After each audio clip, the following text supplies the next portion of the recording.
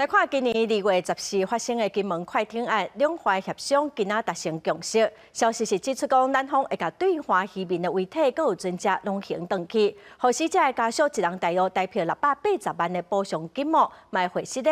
也毋过海巡署是无要正式补偿的金额。海巡署长张忠良伫公祭现场致辞的时，针对海巡人员无录影的代志，搁再回失的。陆委会副主委刘文杰是表示讲，这段时间拍拼沟通，总算有圆满的解决。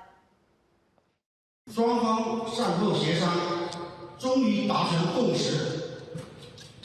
希望台湾乙方方面积极落实纪要条款。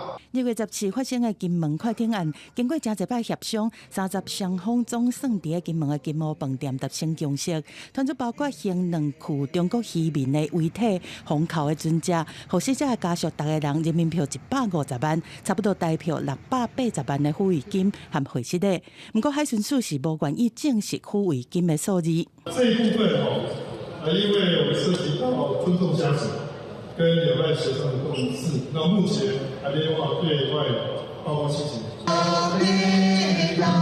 渔民的家属穿丧服，面色是真沉重。前一暗就到当地的陆委会副主委刘文杰，因为暂结的问题，伊无出现伫协商的现场，但是亲身到金门殡仪馆参加公祭，表达咱方的诚意。海巡署长张忠良伫致辞的时阵，嘛针对海巡人员执勤的时阵无录影的代志来回答的。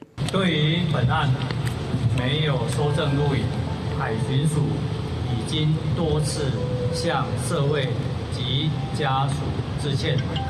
对于家属所受的煎熬，海巡署愿意再次公开表达歉意。外界关心讲，敢会因为海巡愿意回失的，才互协商会当达成共识。刘文杰讲，这段时间拍拼来互相的认知会当较活的，是互代志会当圆满来结束的关键。就是因为在这段时间，大家不断的努力，不断的拉近彼此的认知，那所以才会有一些进展。